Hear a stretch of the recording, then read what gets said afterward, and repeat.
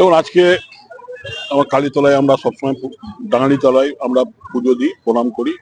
তো ডাঙালিতলায় প্রণাম করে আজকে আমি জঙ্গলমহলে 3টে ভূত ঘুরেছি।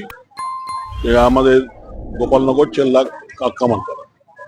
বিকেলে গেছিলাম নাচনসা, তারপরে এখান থেকে 1 নম্বর ওয়ার্ডে সভা করে 2 নম্বরে আমাদের সভা ছিল। যাক, বিদ্যুতিক কারণের জন্য আর সভাটা বাতিল হলো। আমরা অন্যদিন কাউন্সিলরের সঙ্গে কথা বলে টাইম ঠিক করে আমরা এই সভাটা এখানে করব। দেখুন, মানুষের কাছে খুব সাড়া পাচ্ছি।